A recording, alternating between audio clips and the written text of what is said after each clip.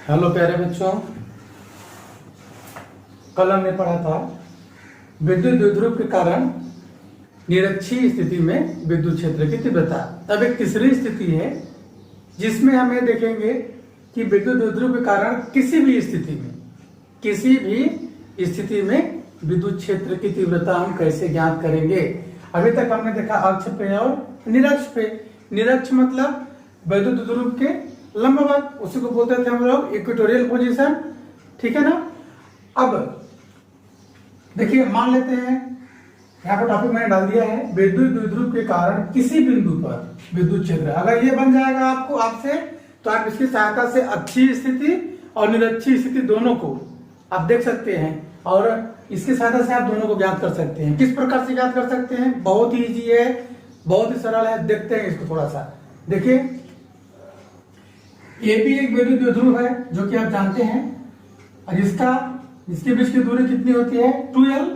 इसके मध्य बिंदु O से हमने कहां पे लिया? मान लो एक P बिंदु न अक्ष पे है और न ही निरक्ष पे है, ये किसी अन्य बिंदु पे है। देखिए, जो कि बिंदु O से को हम मिला देते हैं, यहां मान लेते हैं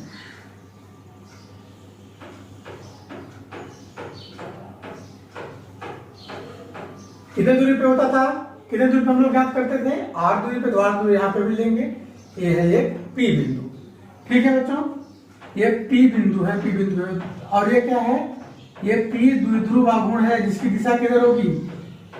विद्युत द्विध्रुव आघूर्ण की दिशा किधर होती है? माइनस से प्लस की ओर। तो ये हो गया आपका P विद्युत द्विध्रुव आघूर्ण। मान लेते हैं कि ये जो P बिंदु है ये विद्युत द्विध्रुव से थीटा कोण बनाते हुए गया है यहाँ से, सपोज करते हैं। अब हम P बिंदु पर स्थित विद्युत क्षेत्र की तीव्रता की गणना करना है। किसके द्वारा? विद्युत द्विध्रुव AB के द्वारा, ठीक है।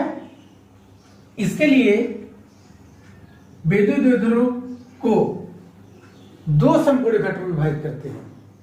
यहाँ पे एंगल कितना है? देखिए, एंगल POB = थीटा माने है ना।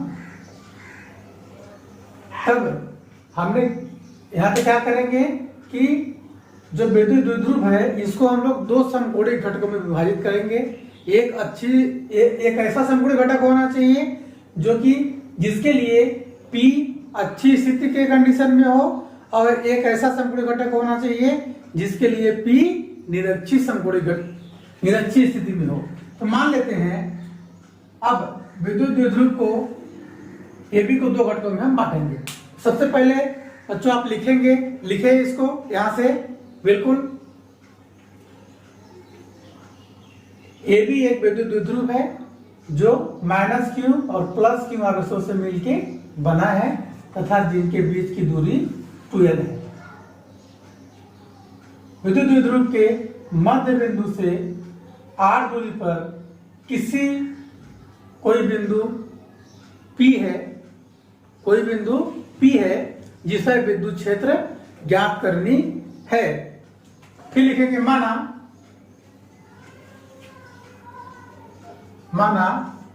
कोण POB = कितना है? थीटा। ये हम लोग मान लेंगे, ठीक है। इसकी दिशा क्या है? इसमें लिख लेंगे तथा विद्युत द्विध्रुव की दिशा A से B है, ये हमने यहाँ पे दर्शा दिया है, ठीक है। इस द्विध्रुव आघूर्ण को दो घटकों में वियोजित किया जा सकता है, ऐसा लिखेंगे। इस द्विध्रुव आघूर्ण को दो घटकों में वियोजित किया जा सकता है, जिसमें से पहला लिखेंगे हम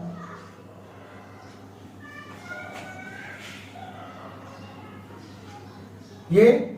यहां पे अगर हम लोग ऐसे परपेंडिकुलर डालेंगे, सपोज करिए, तो ये लंब होगा, तो ये हो जाएगा आपका लंबवत घटक, ये हो जाएगा क्षैतिज घटक। तो क्षैतिज घटक के लिए क्या लिखते हैं हम लोग? P cos थीटा, क्योंकि ये P है। इसी प्रकार से इसके लंबवत घटक, इसका लंबवत घटक कैसा होगा? ऐसा होगा। इसके लंबवत घटक एक लेंगे हम लोग बिंदु, ये हो जाएगा आपका क्या? P sine theta. अगर इसको हम लोग आगे बढ़ा दें थोड़ा सा ऐसे और इसको थोड़ा सा पीछे बढ़ा दें,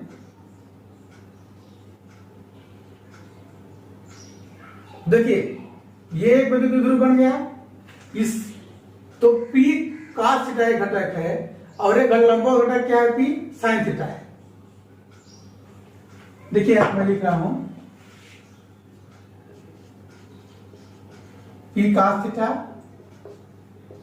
इसकी दिशा किधर है,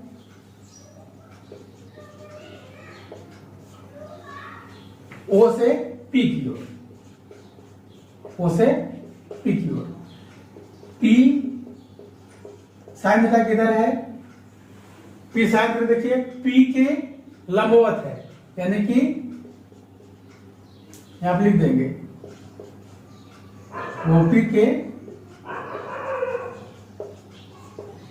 लंबवत। देखिए बच्चों यहां पे आपको थोड़ा सा ये ध्यान देना है कि P cos थीटा जो घटक है, इस घटक के सापेक्ष बिंदु P की स्थिति क्या है, अक्षीय है कि निरक्षीय। ये एक घटक है, इस घटक के साथ P का जो P है इसकी पोजीशन क्या है, ये बताइए आप लोग, इसकी पोजीशन क्या है। इसकी पोजीशन अच्छी है, तो हम यहाँ पे बिंदु P पर अच्छी स्थिति में विद्युत क्षेत्र की तीव्रता निकालेंगे। तो किधर होती है अच्छी स्थिति में, अच्छी स्थिति में विद्युत क्षेत्र की तीव्रता किधर होगी, ये बात समझ में आई। जो P cos थीटा है, इसके इस घटक के लिए P cos थीटा घटक के लिए जो बिंदु P है जहां पे हमें विद्युत क्षेत्र ज्ञात करना है, इसका स्थिति क्या है, क्योंकि P cos थीटा के अक्ष पे ही है ये, तो यहाँ पे हम लोग क्या बोलेंगे, इसकी दिशा किधर हो जाएगी, ये हो जाएगी आपकी एक E1। समकोण घटक में हम वियोजित कर रहे हैं इसको, तो यहाँ पे लिखेंगे चूंकि P बिंदु P घटक P cos थीटा के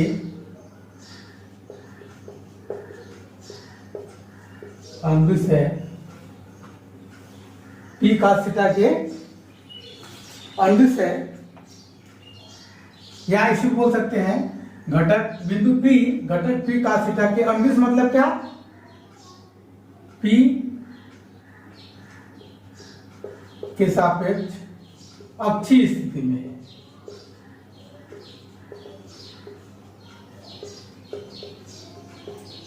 आता है बिंदु P पर विद्युत क्षेत्र,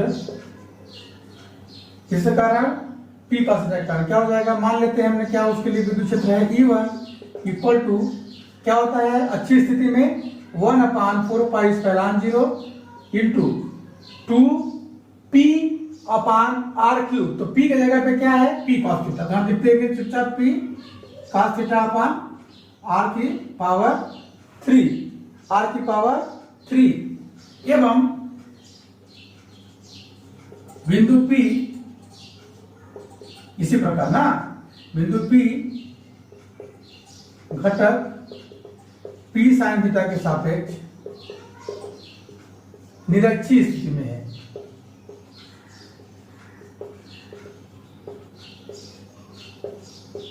कैसे निरक्षीय स्थिति में है बच्चों, ये है P sin थीटा और ये है बिंदु P, तो ये देखिए इस पे लंब है, तो लंबवत अगर कोई, अगर ये विद्युत द्विध्रुव है, देखिए ये विद्युत द्विध्रुव हमने माना इसको यहाँ पे बढ़ाया, तो इसके सापेक्ष P बिंदु क्या है, निरक्षीय स्थिति में है, तो हम इसके लिए निरक्षीय स्थिति में है लिखेंगे। और अतः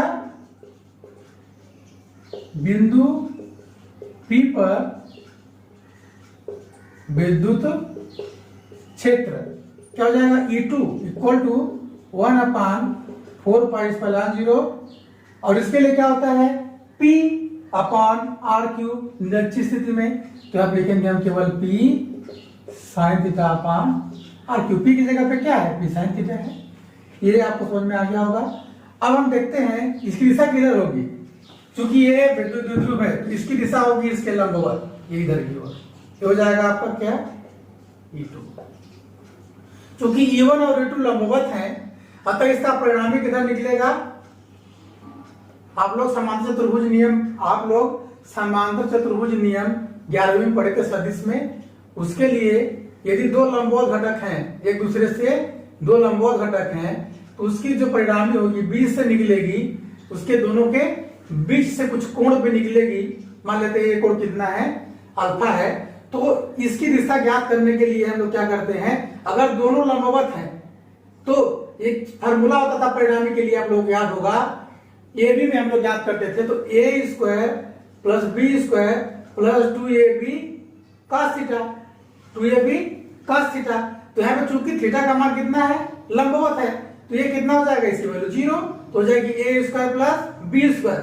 यहाँ पे क्या है, E1 और E2, इसलिए यहाँ पे जो परिणामी आ जाएगा E इक्वल टू हो जाएगा, समझाने के लिए आपको बता रहा हूं, E1 स्क्वायर प्लस E2 का स्क्वायर। ये बच्चों आपको समझ में आ रहा होगा, ये परिणामी निकालने का एक तरीका है। अतः यहाँ पे लिखेंगे, चूंकि लिखिए आप लोग, चूंकि E1 और E2 परिमाण में बराबर एवं परस्पर लंबवत होते हैं, अतः बिंदु P पर परिणामी विद्युत क्षेत्र E इक्वल टू E1 का स्क्वायर प्लस E2 का स्क्वायर, ये फार्मूला है, उसी फार्मूले से इक्वल टू क्या हो जाएगा, देखिए E1 का मान रखिए यहाँ पे 1/4 pi epsilon 0 into 2p cos theta upon r3, ये पूरे का पावर स्क्वायर हो जाएगा, plus 1/4 pi epsilon 0 p sin theta upon r की पावर 3, ये हो जाएगा आपका स्क्वायर, ये पूरे हो जाएंगे अंडर रूट में। देखिए बच्चों ध्यान समझिएगा इसको, ये बहुत ही इंपॉर्टेंट है, इसको छोड़ भी देते हैं कई जगह पे, लेकिन इसको आपको मैं इसलिए पढ़ा रहा हूँ क्योंकि आपको ये जानना जरूरी है। अगर अच्छी स्थिति भी आपसे नहीं बन रहा है, निरक्षी में नहीं बन रहा है, ये बन रहा है, तो इसी स्थिति में निकाल के आप कंडीशन अप्लाई कर देंगे। अच्छी स्थिति में थीटा का मान कितना होता है 0, निरक्षी में कितना होता है 90, तो उसकी वैल्यू आ जाएगी। तो इसको आप ध्यान से समझिए, ये वैल्यू आ गई। अब इसको आप देखिए, सब दो है, 1/4 पाई एप्सिलॉन 0 1/4 स्क्वायर होगा, p स्क्वायर b स्क्वायर होगा, p स्क्वायर b स्क्वायर होगा, r क्यूब भी होगा, r पावर 6 हो जाएगा। तो r क्यूब मतलब इतना कॉमन आ जाएगा, 1/4 पाई एप्सिलॉन 0 इंटू p भी कॉमन आ जाएगा क्योंकि स्क्वायर में दोनों है, दोनों साइड से आ जाएगा, और नीचे हो जाएगा r की पावर 3, ये कॉमन आ जाएगा कि नहीं आएगा, आ जाएगा। बचा क्या अंदर में भैया, देखिए p तो निकल गया, 2 जा 4, तो 4 cos square theta plus sine square theta, केवल इतना बचा, यह कुछ बचा है, केवल इतना बचा है ना।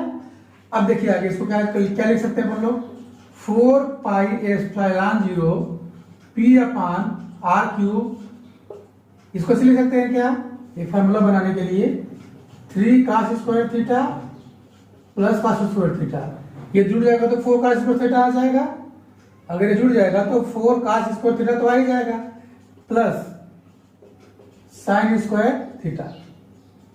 अब इसकी वैल्यू क्या होती है आप बताइए, हो जाएगा 1/4 पाई एप्सिलॉन 0 p अपान r क्यूब, और इसकी वैल्यू हो जाएगी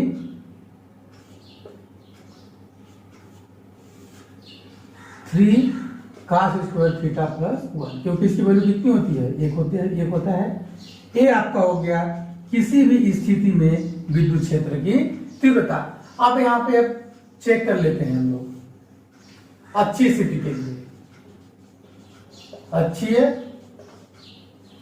स्थिति में थीटा बराबर कितना होता है बताइए, 0 डिग्री।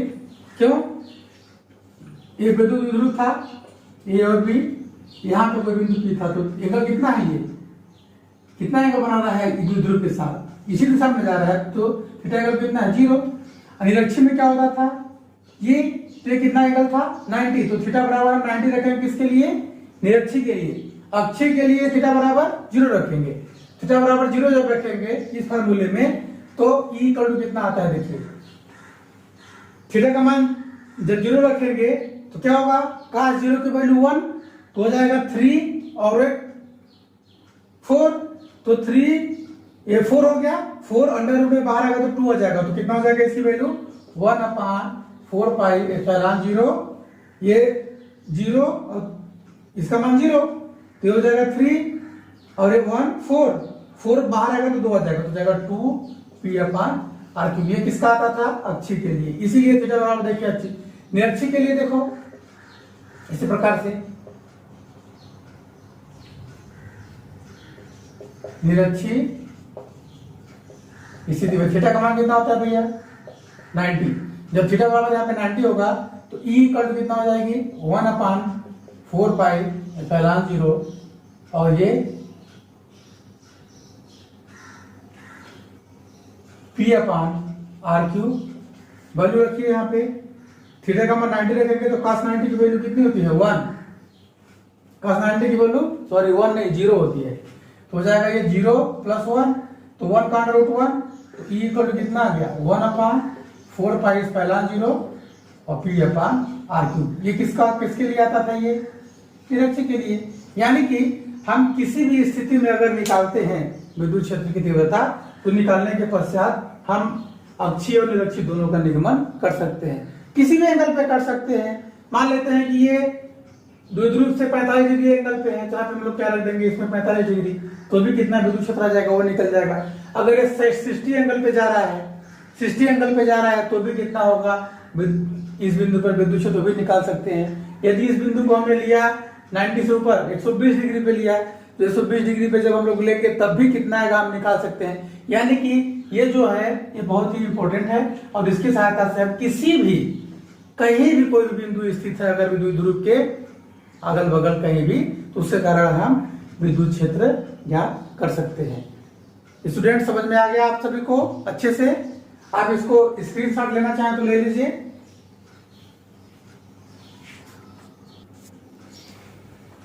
ठीक है स्टूडेंट्स, अब थोड़ा सा ये देख लीजिए एक चीज और, कि ये जो परिणामी है ई, अगर ये E1 से अल्फा कोण बनाता है तो परिणामी की दिशा क्या होगी, तो परिणामी की दिशा निकालने के लिए ऐसे निकालेंगे हम लोग, परिणामी तीव्रता ई की दिशा निकालने के लिए क्या निकालते हैं हम लोग, tan थीटा। आप लोगों ने पढ़ा है ना tan थीटा, तो यहाँ पे थीटा की जगह पे क्या है बच्चों, tan अल्फा क्या होता है, tan थीटा क्या होता है लंब बटे कर्ण, तो इसके लिए परपेंडिकुलर ये है, तो ये क्या है E2 और कर्ण क्या है T, तो इसको हम लिख देंगे क्या, ये वाली घटक क्या है, देखिए ये वाली परपेंडिकुलर है तो P sin थीटा ऊपर आ जाएगी, और ये वाला क्या है P2, एक मिनट, क्या होता है लंब बटे आधार, तो लंब क्या है इसमें देखिए ये वाला डायरेक्शन, इसको क्या बोलेंगे हम लोग E2/E1। E2 की वैल्यू कितनी है, E1 की वैल्यू कितनी है, E2 की वैल्यू क्या है भाई, E2 ये है इस दिशा में, तो हो जाएगा ये P sin theta upon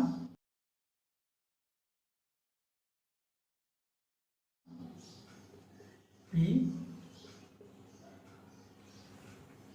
cos theta.